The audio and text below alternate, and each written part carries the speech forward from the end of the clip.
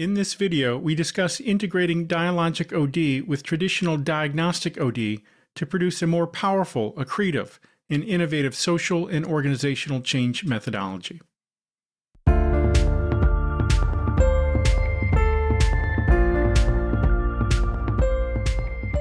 Welcome to another episode of All Things OD, where I'm here to help you offer more, be more, and live more, whether you're serving as an OD practitioner, change management professional, or business transformation consultant.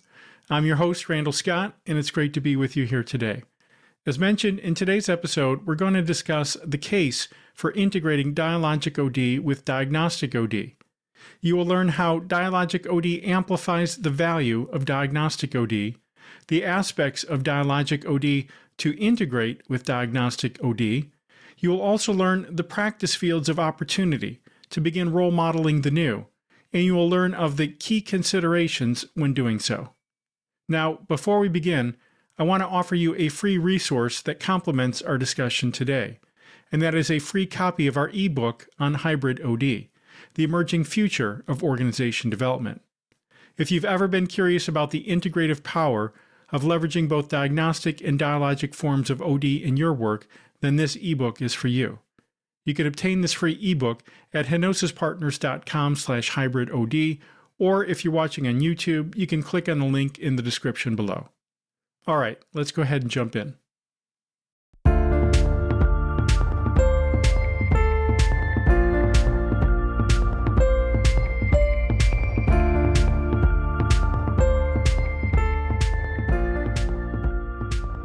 All right, so we begin by first discussing the case for integrating Dialogic OD with Diagnostic OD. And there are many reasons why we may want to do this. Beginning with that we are living in VUCA-like conditions today of volatility, uncertainty, complexity, and ambiguity, and Diagnostic OD on its own is incapable of effectively, that is, sustainably, leveraging complexity while embracing uncertainty. You see, the challenges that we are increasingly facing are of a complex adaptive variety, in addition to the more technical challenges that we also deal with. These types of challenges require a different approach to problem solving. They require changing mindsets as a precursor to changing one's behaviors. The Dialogic OD toolkit helps with changing mindsets, whereas the Diagnostic OD toolkit is more attuned to changing one's behaviors. Together, we achieve both of our goals of changing people's mindsets and behaviors.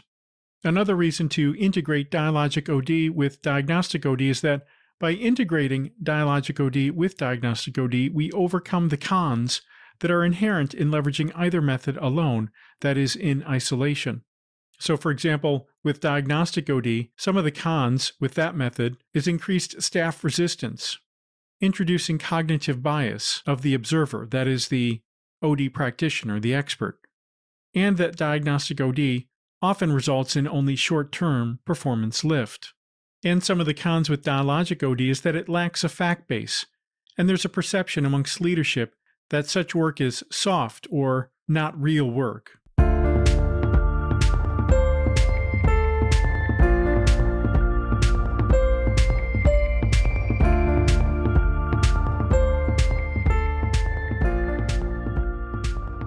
Next, we discuss how Dialogic OD amplifies the value of Diagnostic OD. And we begin by first discussing the impacts at an organizational level. At an organizational level, when we integrate Dialogic OD with Diagnostic OD, we find that there's greater engagement, commitment, and trust of both leadership and staff alike. That we're able to realize faster implementation times, that is, an increased time to value with implementing solutions, and reduced operational costs when doing so. And we find that there's an increased organizational ability to quickly adapt to fast-changing conditions, both internally and externally to the company. At an individual level, we find that the integration of Dialogic OD with Diagnostic OD results in a greater participation and opportunity for all to participate in change efforts. Individuals feel that their voice is heard, that they feel appreciated, needed, respected, and wanted. And as a result, they deepen their learnings, broaden their horizons, result in inner system growth, and feel psychologically safe in the process. For the OD change practitioner, When we integrate Dialogic OD with Diagnostic OD, we find that we have the ability to indirectly bring forth change through changing of mindsets, that is, changing of one's limiting beliefs, cognitive biases, and mental models and underlying assumptions, and doing this not only for self, but also for others. Further, we're able to empower leadership and staff alike in learning how to solve for complex adaptive challenges. And lastly, and this has been my experience, is that when we integrate Dialogic OD with Diagnostic OD, it just results in far more interesting and satisfying work, as we're addressing both the inner and outer dimensions of change work.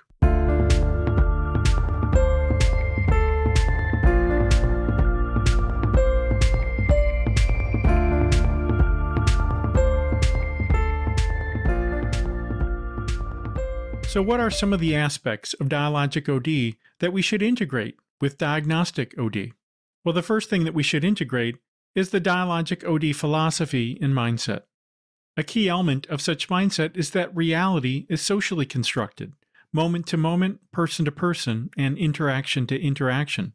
That objective reality is not possible due to the inherent cognitive biases of the observer, that is, the Diagnostic OD expert.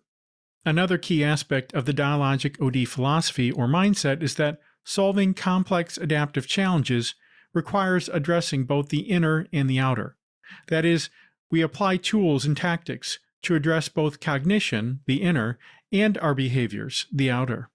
Now, another aspect of Dialogic OD that we should integrate with Diagnostic OD is the Dialogic Toolkit, such as leveraging narrative and story harvesting, aka participatory narrative inquiry, leveraging container building and creating the conditions for change to occur, using large group participatory methods like the World Cafe, the Circle method, open space, and appreciative inquiry, leveraging the dialogic method, the use of dialogue and story to understand the present and engage the future, designing and implementing innovation sequences, aka generative change events, to bring forth change. And lastly, leveraging the Agile framework to experiment our way into the future, to implement or establish a learning by doing model.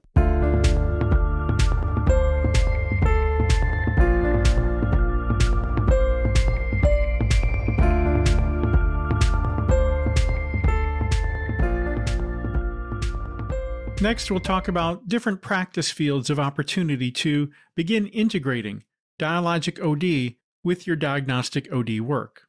So one opportunity would be that if you have a new project coming up, a new problem or challenge to solve, that you could perform a method swap. That is, you can leverage the hybrid OD model in favor of the Diagnostic OD change model.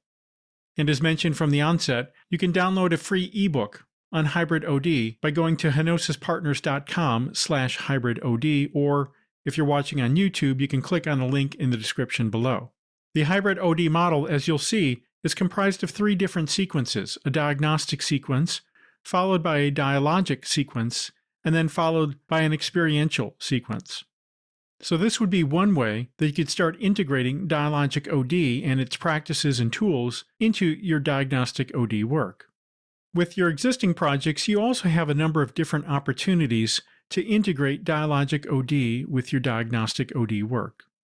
So one practice field of opportunity would be to engage leadership and staff in a dialogic-based discussion, that is, engage in an agendaless meeting. Dialogue is at the heart of the Dialogic OD method, and so finding opportunities where you can insert or start role modeling that type of conversation amongst leadership and staff is a great practice field of opportunity. Another practice field of opportunity is that you can design and host a large group participatory-based workshop to fashion the new. And as you do this, you can experiment with any number of large group methods. In fact, there are over 60 methods to choose from. You may want to purchase the Change Handbook by Peggy Holman, which highlights these 60-plus methods. Another practice field of opportunity is that you can privately conduct a listening or conversing diagnostic study of the meetings that you participate in. So, for example, what level of listening is occurring and what type of conversing is occurring. So your diagnostic for listening might range from people just simply downloading their thoughts and not listening at all, to actively listening to others, that is, participating in a generative flow. And with observing the conversation that's occurring, your diagnostic could range from, are people engaging in a dialogue, to have we devolved into more of a debate.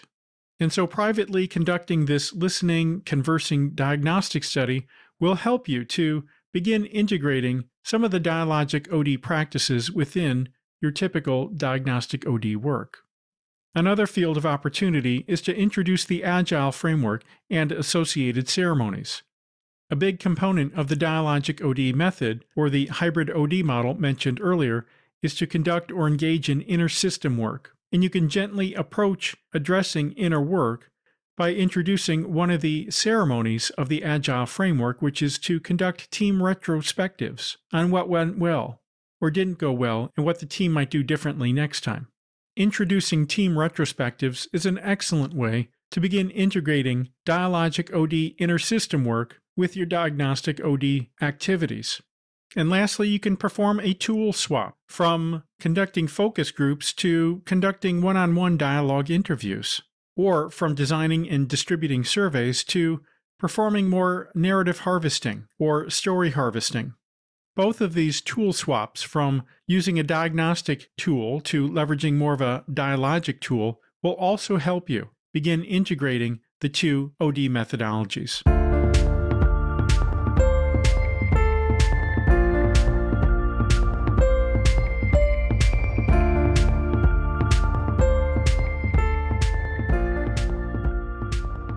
Now, the key considerations when integrating Dialogic OD with Diagnostic OD are the following.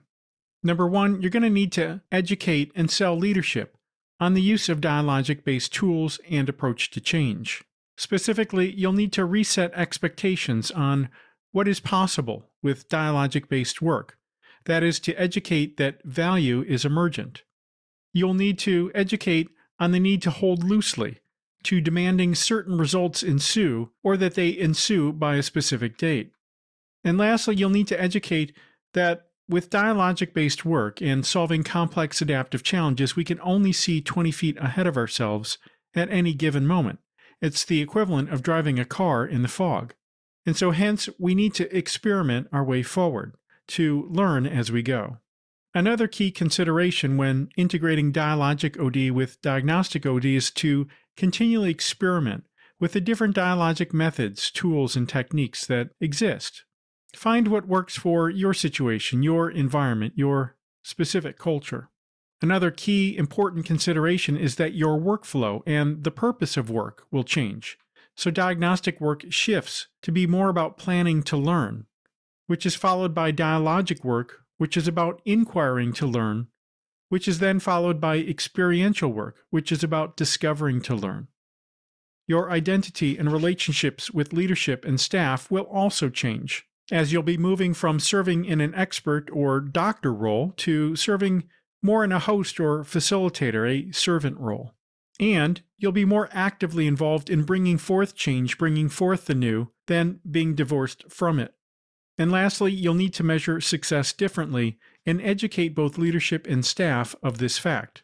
So for example, one way we might measure when integrating Dialogic OD with Diagnostic OD is the extent to which mindsets have altered, shifted, and or otherwise changed. We may want to measure if there's a greater awareness of the whole of those participating in the change effort, including system actors' understanding of their contribution to creating the current condition. Another way that we may measure success differently is to measure new patterns of behavior that we're observing, patterns of creativity, innovation, alliance building, self-organization, and self-reflection. So these are some of the key considerations to think about when integrating Dialogic OD with Diagnostic OD. Well, that's it for this episode. I hope you found the content in this episode helpful.